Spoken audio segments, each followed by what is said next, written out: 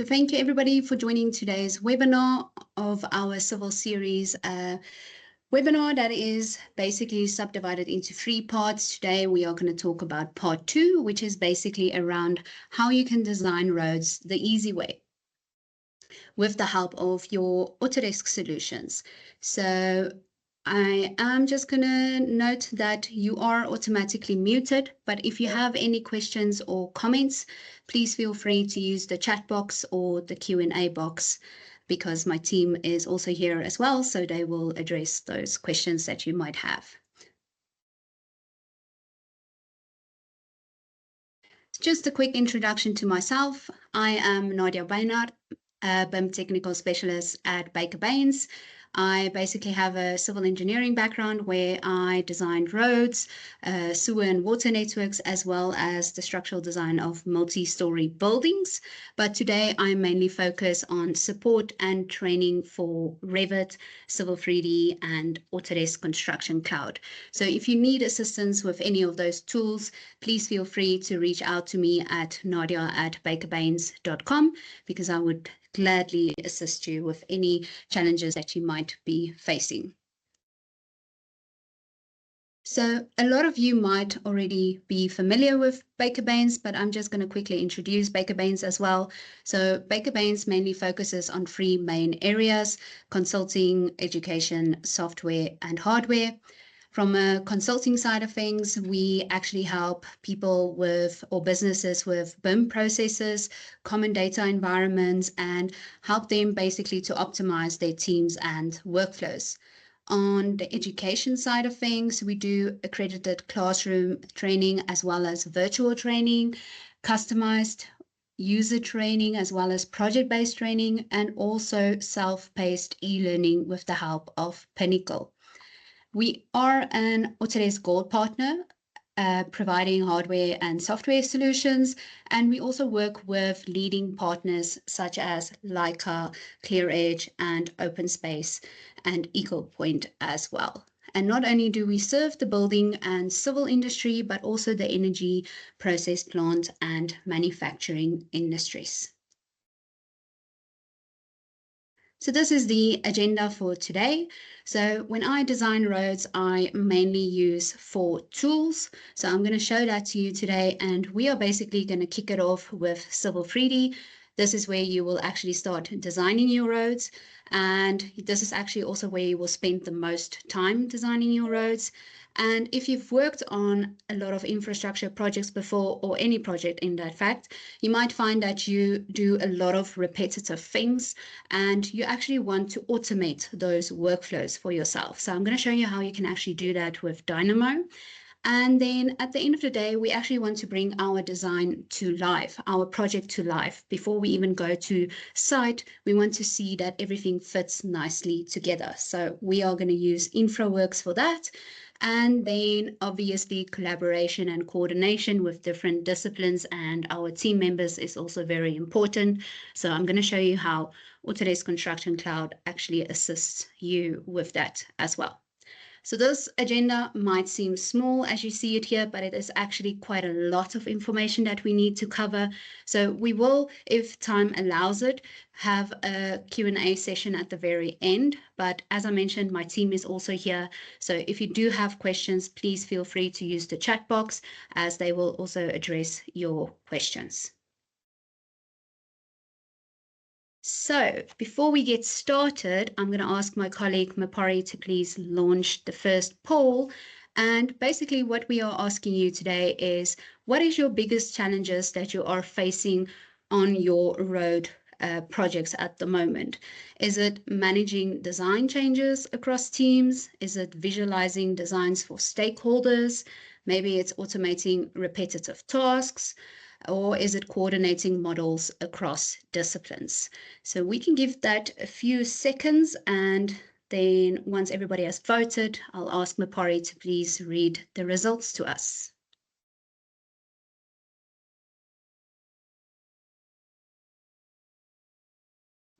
Sorry, Nadia, we're just having some technical difficulties. Just give it a second, please. No problem.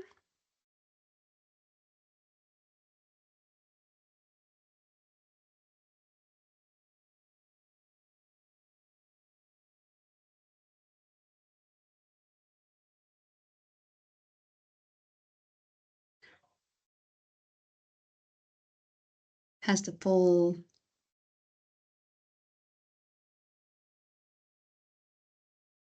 Okay, I see it's live.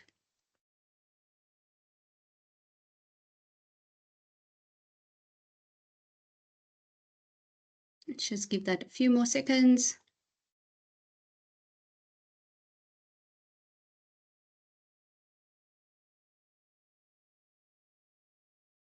So we have 33% sitting at managing design changes across teams, and we have 32% with problems with automating repetitive tasks, and we also have 38% when it comes to coordination models across disciplines, but I see people are still voting, so I'll just give it a second and give you the final. Thank you, Maps.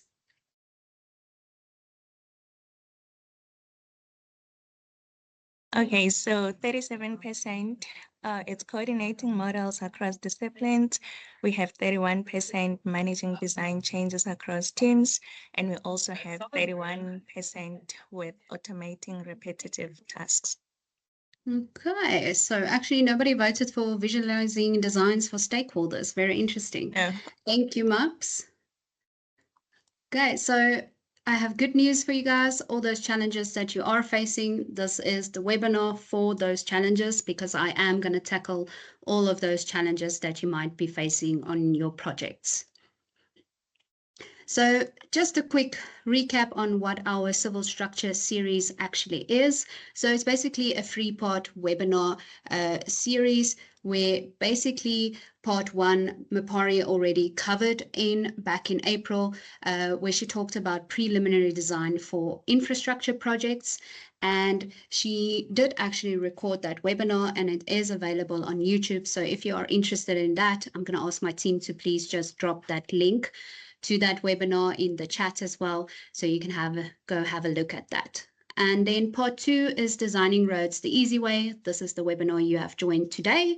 And then I think late in October or middle October, we are going to have part 3, where we are going to talk about bridge design.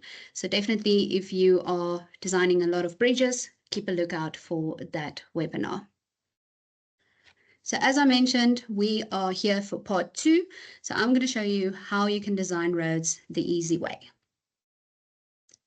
So just to give you an idea of what we are going to do. So as I mentioned, Mapari had part 1 already. So she focused quite a lot on InfraWorks, where she showed us how we can do site feasibility studies and conceptual design using InfraWorks. Now, once she has created her InfraWorks model, she simply exported an IMX file that can be used in your Civil 3D environment.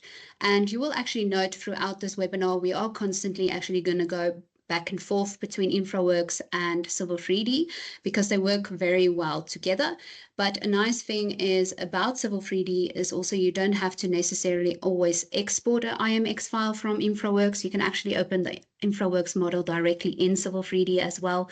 And they also are synced. So if you make changes in your Civil 3D, that data will sync back to InfraWorks as well. So they work well very together. And then in your Civil 3D, we're going to jump into Civil 3D basically today. So that's where we are going to start. We are actually not going to touch quite a lot on InfraWorks.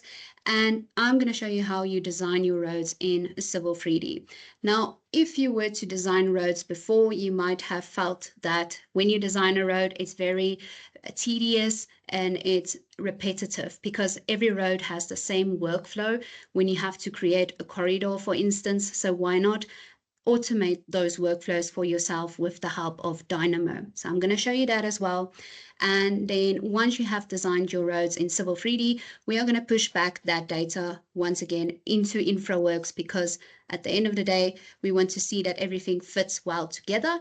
And maybe we want to just give the client a bigger picture of what is happening on the project. And then all of this data is basically stored in one common data environment, which will be Docs, which is part of Autodesk Construction Cloud. And as I mentioned earlier as well, your collaboration and coordination with your different teams and stakeholders and disciplines is very important. So we are going to look also at BIM Collaborate Pro. So all of this information and workflows is done within Autodesk Construction Cloud. So I'm going to start off with Civil 3D. So I have, let's say, for instance, received survey information from the surveyor. Obviously, before I can start designing my roads, I need to have the existing terrain data. So you normally can receive a CSV file, an Excel sheet with a bunch of coordinates and elevations and the X and Y values. But you might also sometimes, if you have a nice surveyor, receive a DWG where they actually have digested data for you and created break lines for you, and not just given you point data, but they actually have given you those nice lines to indicate that there's maybe an existing road or an existing drift, or for instance, the trees, for instance. So what you can do in Civil 3D, you have to first generate your surface, basically a representation of your natural ground levels on site before you can design your road.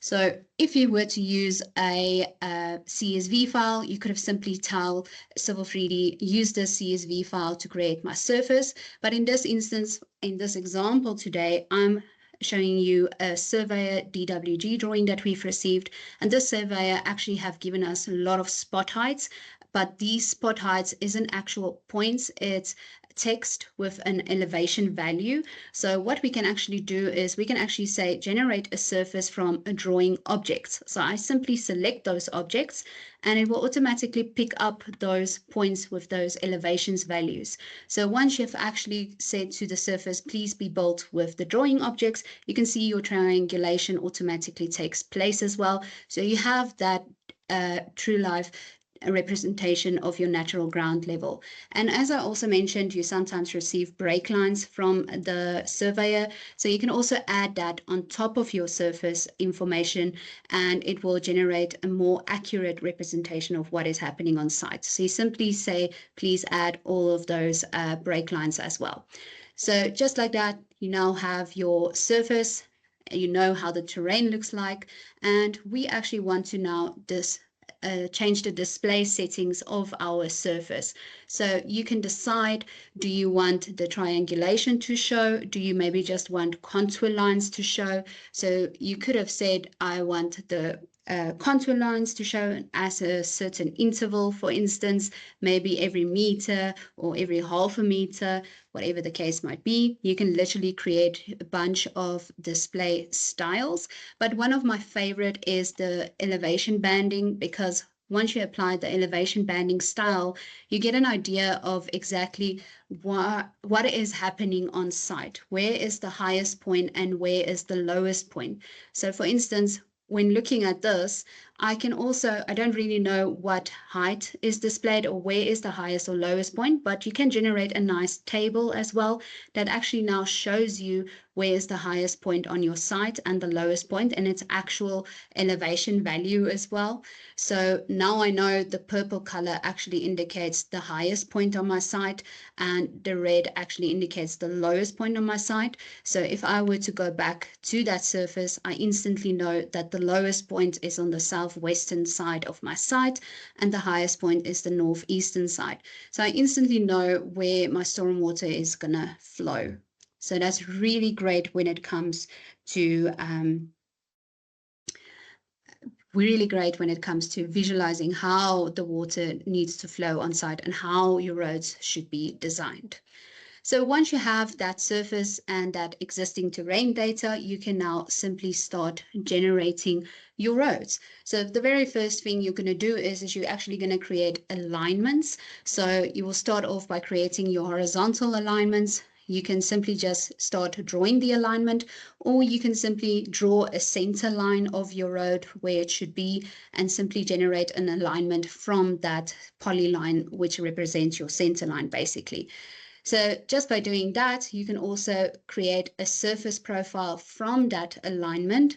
And once you have created the surface profile, it basically represents to you now how the natural ground levels look along that alignment, as if you were to walk exactly on that alignment line. So now I can instantly see the red line, how the natural ground level is displayed. And by looking at my profile, I can instantly start designing the vertical profile of my road now. So very easy. I simply designed the vertical profile of my road. And what's nice is about Civil 3D as well is you can actually add design criteria to your project as well. So for instance, when you actually start creating your horizontal alignments and vertical profiles of your road, you can actually say to it, please, when the road is specified that it's a 40-kilometer road, for instance, that it should have certain K values, certain transition lengths, and a minimum curve radius, for instance. So you can also set up those rules for yourself. So when you actually start designing or drawing out your alignments, it will actually flag those items to you and tell you, listen, you don't have the correct K value here, for instance, or the transition length is incorrect. So that's really nice within Civil 3D. So once you have your horizontal alignment and your profile representing your vertical profile of your road, all you now need to do is physically create a corridor. So within Civil 3D, to create a corridor, you need an assembly as well. So an assembly is basically just a cross-section of your road, how it would look like. Is it flowing 2% to the left or to the right? Basically just a cross-section of your road. So you can simply go to the corridor functionality, and all you do here is you give your road a name. And once you've done that, now you just have to simply specify the alignment, which we've already have drawn, the horizontal alignment. And I also need to say to it, please use the vertical profile that I have created previously on that NGL line that we have shown you earlier. And then also you need to specify the assembly, basically what cross-section should your road have, for instance, every 20 meters. So once you have specified those items, you will see it instantly can generate a corridor for you. But what you can do here as well is you can actually define your frequency settings. So the lesser your frequency, the better actually, because then your road will be displayed more accurately. You're going to see in a minute, this one was actually set to generate a cross-section at every 20 meters. And what's nice is here as well, what I'm doing here is I'm saying that, yes, this is the cross-section of my road, but if there is a cut and fill incident, then this is the slope it should take, and this is the target surface it needs to connect to, basically. So for instance, if I have a cut or fill scenario, I also say to it, please target the NGL surface that we also created earlier. So I can easily see the embankments as well. So there's my corridor created, and you can see those subdivisions of the 20 meters that was specified, but sometimes it's more better when it, especially when it comes to curves, to make the frequency a bit less, maybe 1 meter, because then you get a more accurate representation of your road levels as well. And once you set out information as well, that heights is also more accurate. So you have your corridor, and now you can also go look at it in the object viewer and see how nice your road actually looks like. And you can also go back to the corridor editor and maybe use a different assembly and change the frequencies once again. But what's nice is once you have created your corridor, you can also create a surface from your corridor. So at the end of the day, maybe you want a full representation of how things is going to look on site, but instead of showing your NGL surface and a bunch of corridors, you can actually generate a surface from each and every corridor, and at the end of the day, create one main surface representing the final site. So here we are simply just generating that surface, and just like that, I now have that surface that represents my road, the final design of my road.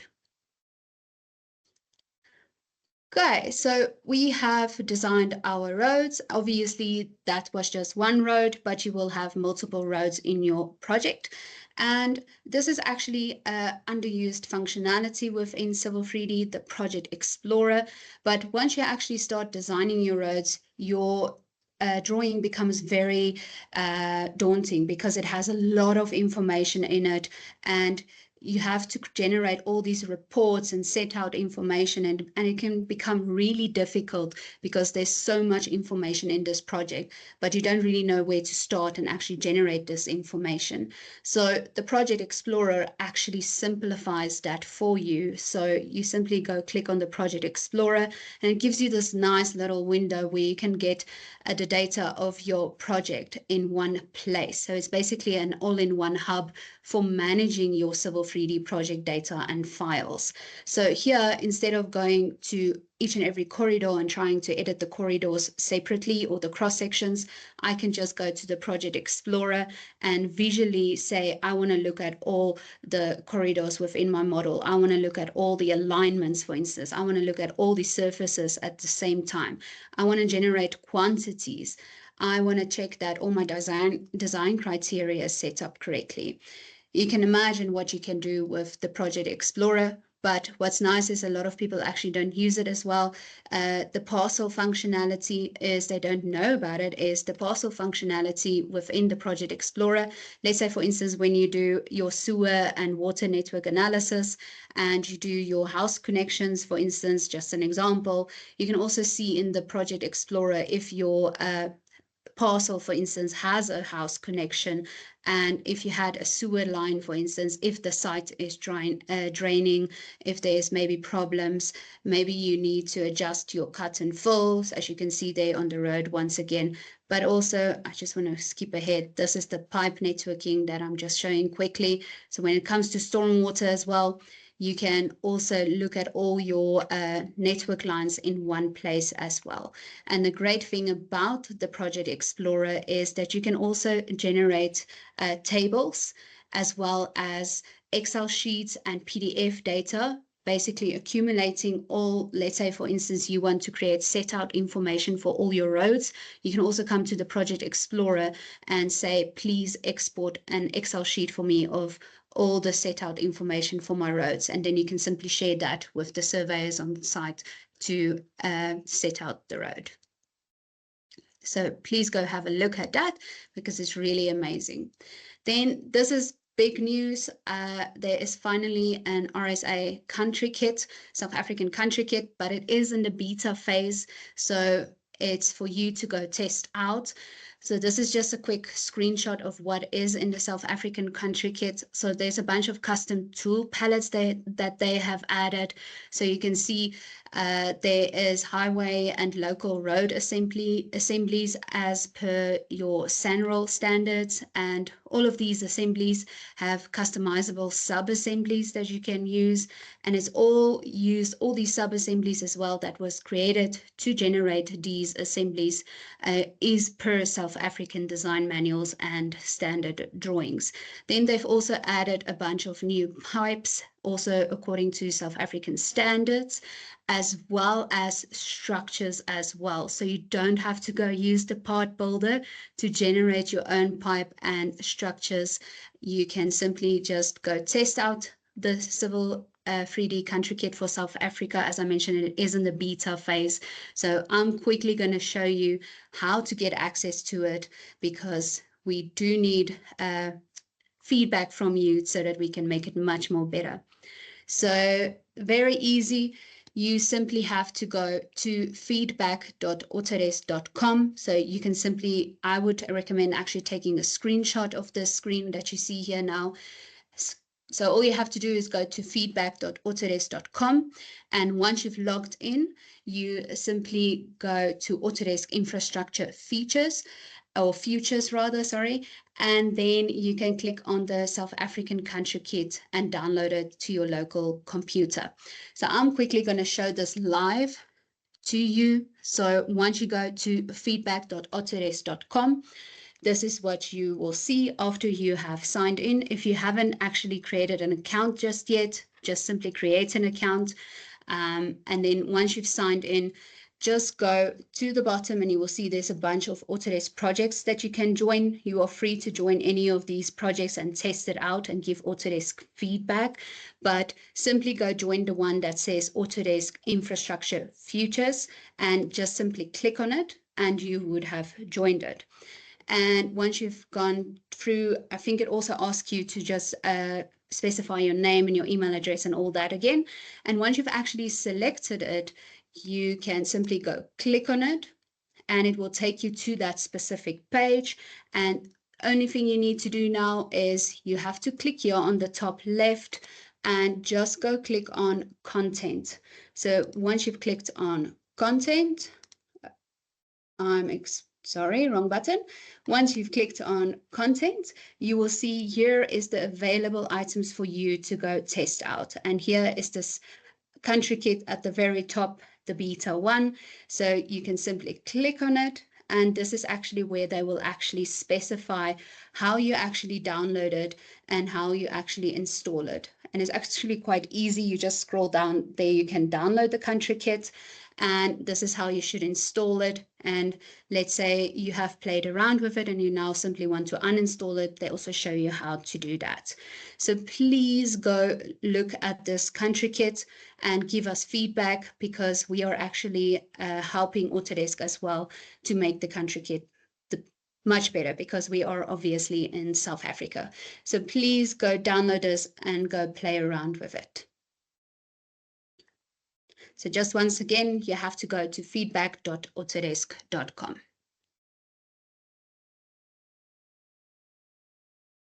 Okay.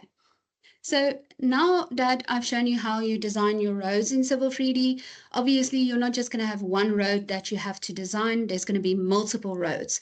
But as you've seen now, each and every road needs an alignment, it needs a profile, it needs an assembly to generate a corridor. The workflow is the same, it's just going to be different alignments that needs to be used. So instead of manually doing that for each and every road, we want to automate that workflow for us. So before I actually show you how you would do that, I'm just quickly going to explain to you what Dynamo is. So if you were to go into Dynamo, this is physically what you will see. You will just not see this actual script. This is a script that I've built, but basically what this script actually does, or rather, let me start off what is Dynamo first. So Dynamo is, simply put, a visual programming tool. So I know when you hear the word programming, you're going to think you have to now learn coding and become a software developer, but you definitely don't have to worry. You don't have to go do that. So basically in Dynamo, you have a bunch of preset nodes that you can use. You just simply need to specify the order the nodes needs to be. So for instance, this script is used to generate surfaces. So by using this script, I don't have to in the future say to it, import those points, then select the points to generate my surface, add my surface on a layer, add my points on a layer, add my points to a group. All of that. That's multiple steps. All I have to do the next time when I want to create a surface, I can activate the script, and all I have to do is I simply need to specify the CSV file that needs to be used to generate the script. So I'm actually going to show you that now in action.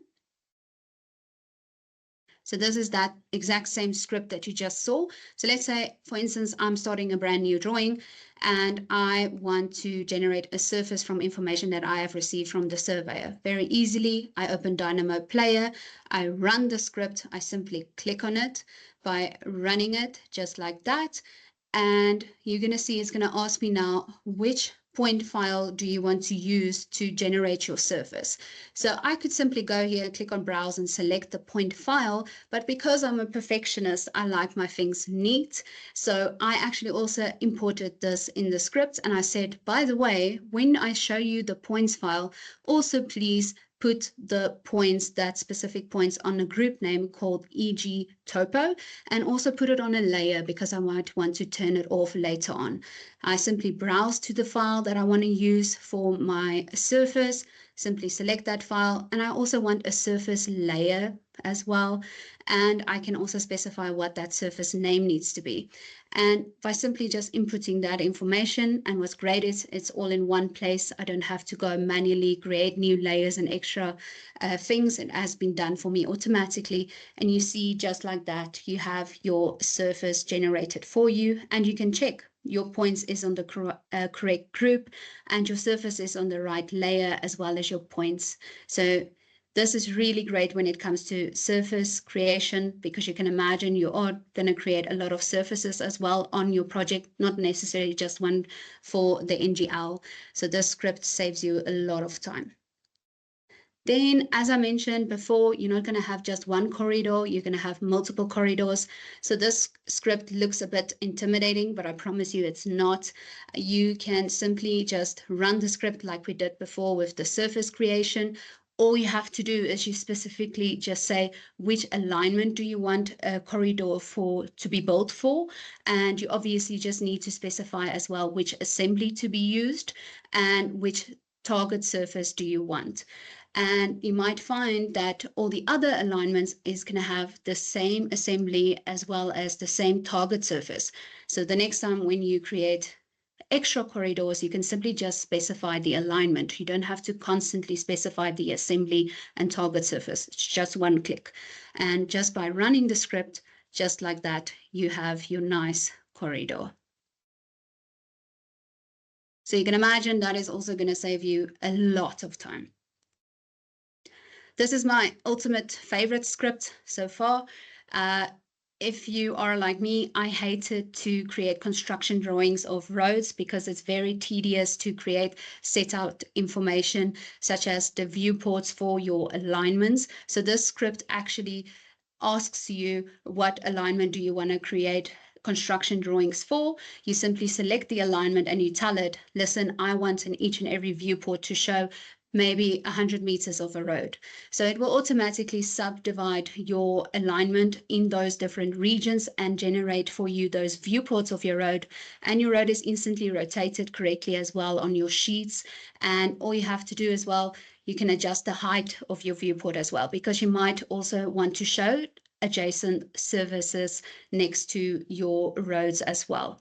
So you can simply just use that slider to adjust those length and height of your viewports. So this is really a game changer. It's an amazing script. Okay, so we've talked about how we design roads and how we can automate repetitive tasks, but now we are going to look at how can we actually bring our designs to life. Because when you can actually visually better see your project, you can actually make better design decisions as well. And sometimes you just want to show the client what the project is actually looking like. And you can also use InfraWorks as well to check that everything fits well together, that there is no clashes as well. So this is basically me taking Mapari's model, her InfraWorks model that she generated in part 1, and I simply synced back my Civil 3D data back to her InfraWorks models. So as I said, the two work very well together. And if you have seen her first webinar, you would have known that she covered quite a lot about traffic simulation and queue analysis. And this is actually a game changer as well. It's really amazing because with the traffic simulation, you can actually focus on your vehicle flow and look at the delays, for instance, to make sure that your queue length is correct at your intersections, to make sure that those tapered edges at your intersections is set up correctly as well. And sometimes you might find that when you work on a project and you put everything together, you might find that there's going to have to be a design change because of environmental factors that is influencing your project. So you might need to add alternative routes or additional routes to your project. And as you saw there, you can instantly do that quite easily in InfraWorks, as this road was generated in Civil 3D, but you can also generate that road in InfraWorks as well. And once you have generated that alternative route or created that alternative route, or additional route, you can import this information also once again back into Civil 3D. So this specific road that was created is actually used with the planning road. If you are familiar with InfraWorks, you would know that there's two ways of creating roads. There's a planning road, and then there is a component road. So a component road in InfraWorks will actually, when you export an InfraWorks model to Civil 3D, or simply just open the InfraWorks model in Civil 3D, and you used a component road, it will actually generate horizontal alignments, vertical profiles, and a corridor for you in your Civil 3D environment. So it's up to you to decide, do you want to use a planning road or a component road? Basically, the difference is a planning road is simply just a road with no intelligence attached to it. So in this instance, this route was created as a planning road, not a component road. So you will see now, all I have to do back in my Civil 3D, once I link back or sync back that InfraWorks models to showcase that road that was indicated in InfraWorks, obviously that was just created by simply clicking, and that was it. It's not a designed road. So I still have to come back into Civil 3D and design the road. So very easily I can trace along that route the alignment. And once again, I have the alignment now. So you've already generated or created your script to automate corridor workflows for you. So all you now need to do is simply run that script again, select the alignment, and just like that, your corridor would be created of that new route.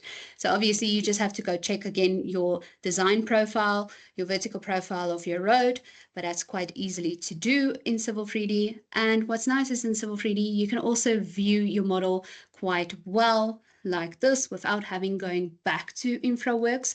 But what's happening here is we realized with the new alternative route that was created that we are now going to require a bridge.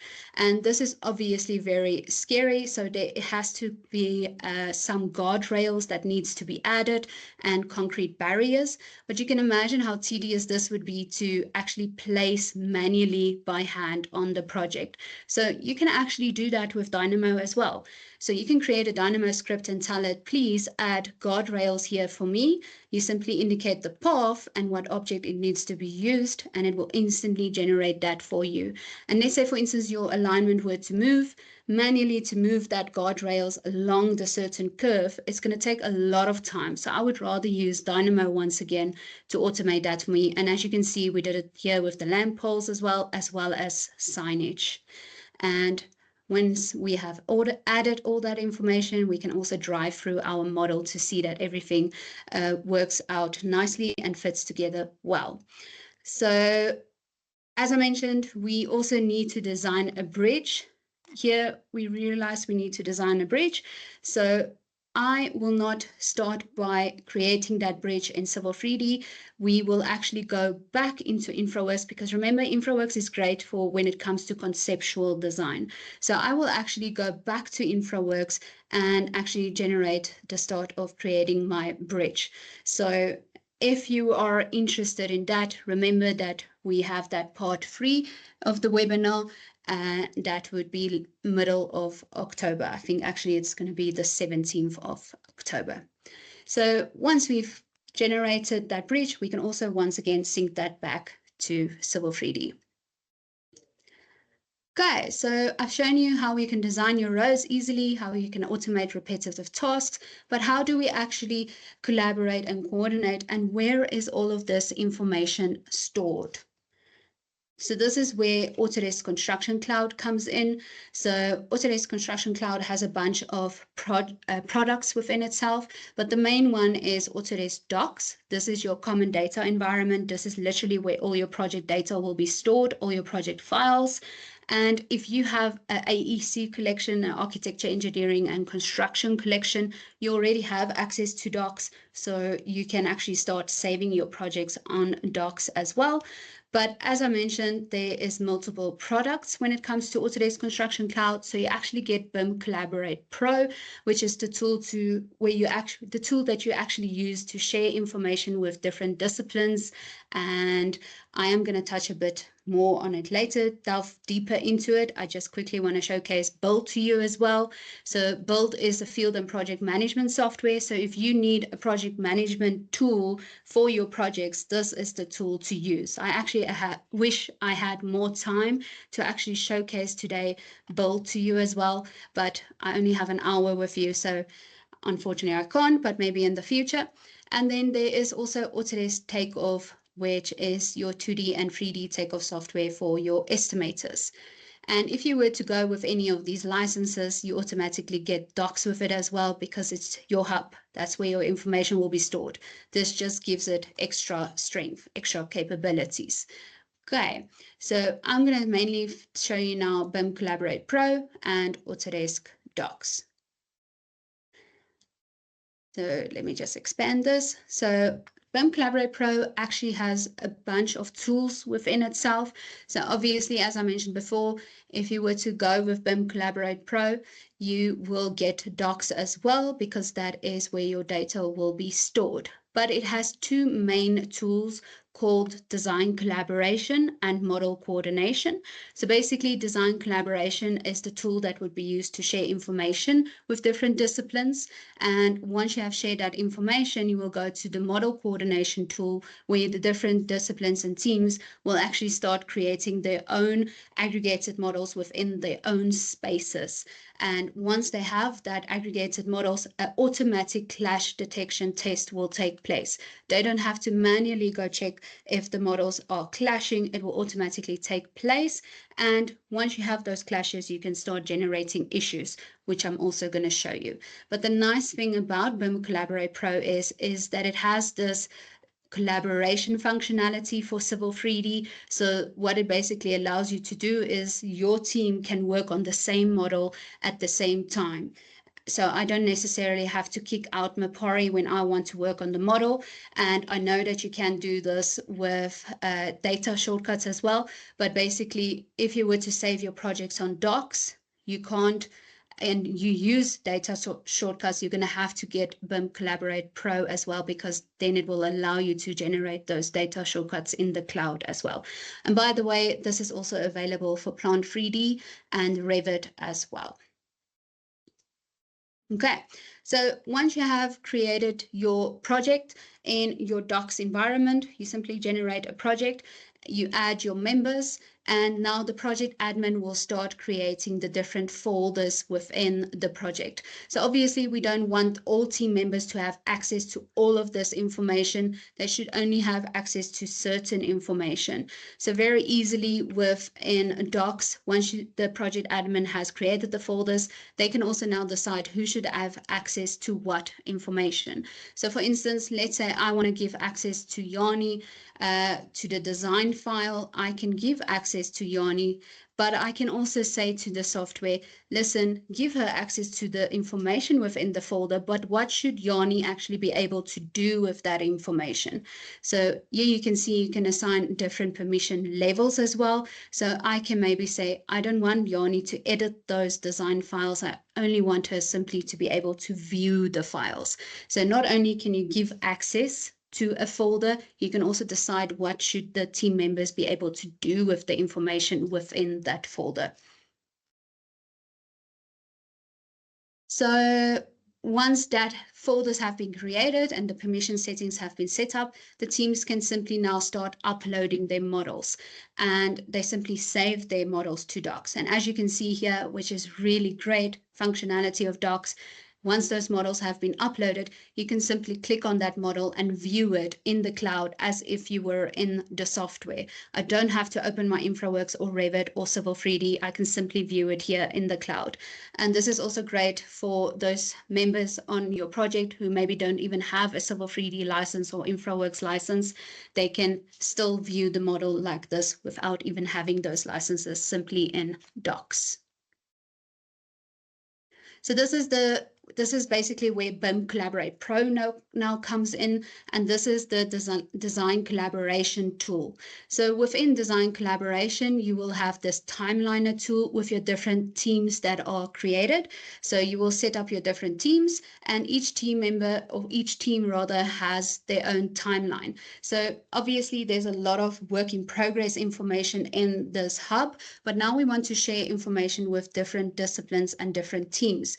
So they would simply come here to the design collaboration tool, and they would create a package. Simply put, a little bundle of information that they want to share with everybody else. So they can simply come here to the design tool, and they create a package. And once a package has been created, we can actually see by looking at these little circles that this is information that has been shared by those teams. And if I were to click on any of those circles, I can now start exploring what they have shared. So if I were to click on explore, I can simply view what they have shared with us, but maybe they have shared information with us previously as well. So you want to know what has changed from the latest version to the previous version. So I'm going to click on compare, and what's nice is it instantly tells you what has changed. So within BIM Collaborate Pro, you can see what has been added, what has been modified, what has been deleted by simply looking at the colors of the object. So everything in green has been added, everything in yellow has been modified, and everything in red has been deleted. So you don't have to pick up the phone or send 100 emails to try and figure out what has changed. You can simply see that for yourself within design collaboration.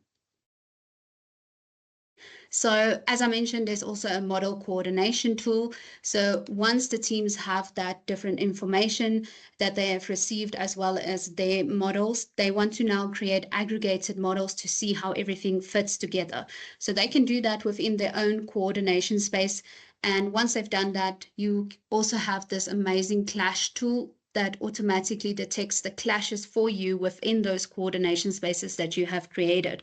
So for instance, I can see this model and this model clashes 15 times, and this model and that model clashes 6 times, for instance. That is automatically done for me. And if I want to see what is actually clashing, I can simply click on one of those values, and it will instantly take me to an environment where I can see all the clashes.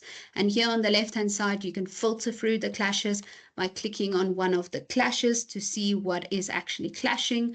And this is amazing. Now you can see there's an actual pipe that is clashing with one of the lamp poles. So this is an actual issue. So how do I actually relay this information to the team to tell them, please sort this out? So all I do is I create an issue. While still in this viewer tool, I can simply click on the object that needs to be moved. Let me just go back there. Sorry about that. So I can say, obviously, the stormwater is going to take preference in this case. So I'm going to ask the electrical team to please move the lamp pole. So I create an issue and I assign that issue to a relevant person. So Ben, in this case, as soon as I created that issue, will receive an email and he would know an issue has been assigned to him. And within that email, there's an actual link. If he clicks on the link, it instantly takes him to this view and he knows exactly what the issue is and what he needs to do. I can add additional information here in the actual issue. I can add a title, a due date. I can add comments, whatever you can think about. You can attach that to the issue. You can even attach photos to issues as well. So this is a great way of communicating to your team, coordinating all the different models as well. Then field management is very important as well. So as I mentioned before, I would have loved to show you build, but here I'm simply just showcasing you can actually achieve this with just a normal docs license as well. So let's say, for instance, the team on site were told they please need to check they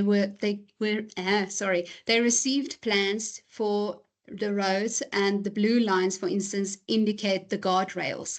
So they know exactly where to place the guardrails, not the blue lines, the black lines, sorry.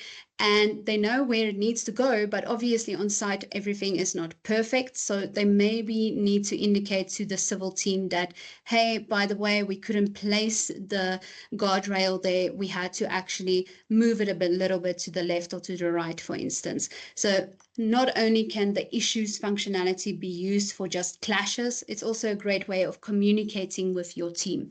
So in this instance, the contractor on site, for instance, can simply go on their tablet. They can open that sheet or that PDF that was shared with them via the civil engineer.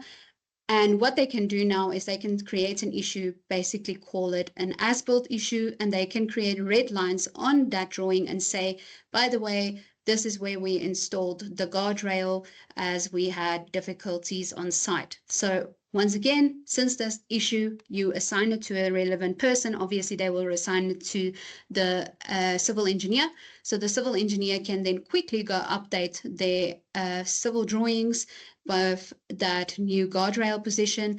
And once they have actually looked at it, you can also see that the contractor on site has actually attached photos for them as well. So the civil engineer, without even having to go to site, can also see, okay, exactly what they have done as well. So once the civil engineer has actually updated their drawings, they can simply close out that issue because they know they have added the relevant as-built information.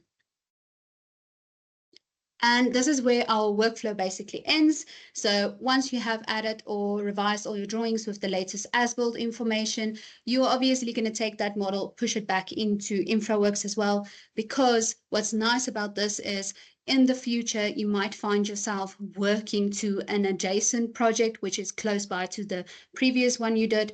So when you start that new project, you can simply import the InfraWorks again to your Civil 3D environment, and you have all of this as-built information at the tip of your hands, just like that. So that was the workflow, and I hope you guys enjoyed it. I'm gonna quickly launch the other poll on my side. Let me just quickly do that. Basically, what this poll is asking you is, let me just do, sorry, that was wrong one. So I'm just asking you, what would you like us to cover in future webinars? So if you can please just take a minute to answer that as well. I'm going to leave that poll open till the very end. And the key takeaways for today, basically, as I've shown you, with the right tools, you can design smarter and much faster.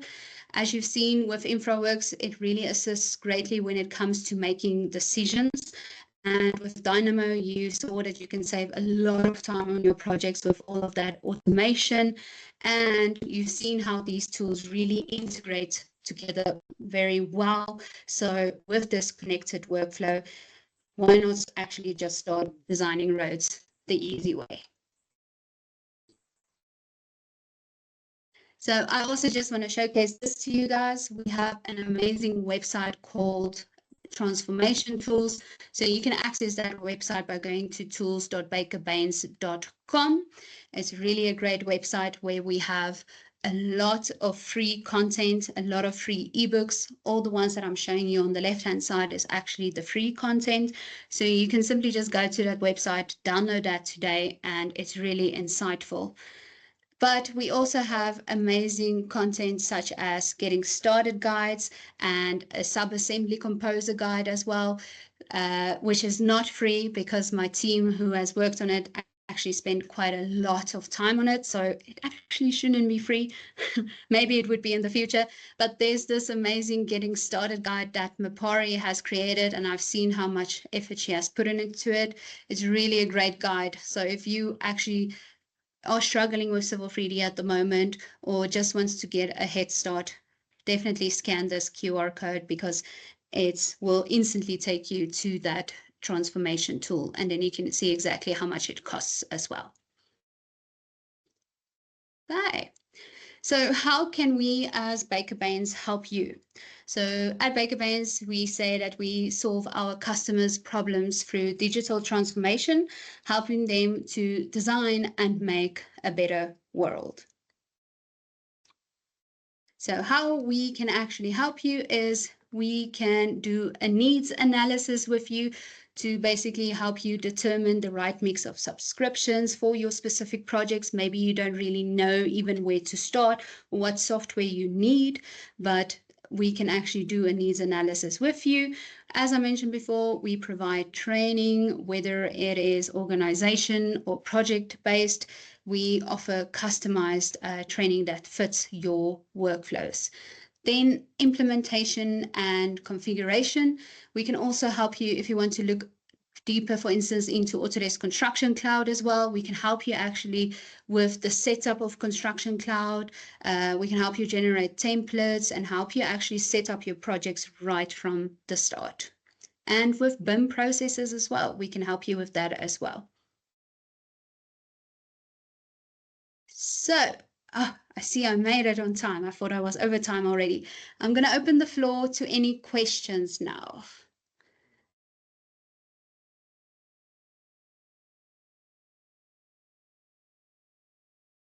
Mapari, is there any questions in the chat that wasn't answered maybe? No, there is no question in the chat box. Okay, let's just quickly check the Q&A box. Any questions from anybody? Oh, If you yes, there is a question in the Yes. Q&A. And is James asking, are those scripts available? So I'm thinking Dynamo script.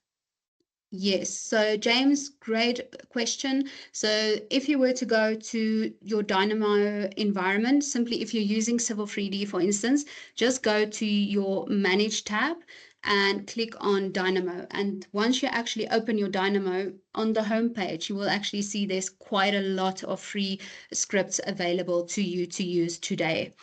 And that's, by the way, for Revit as well. And we are actually working on an ebook for Dynamo as well, which we will, I don't know when it's going to be available, but hopefully in the next month as well, which also showcases to you where you can find great resources for automating your workflows.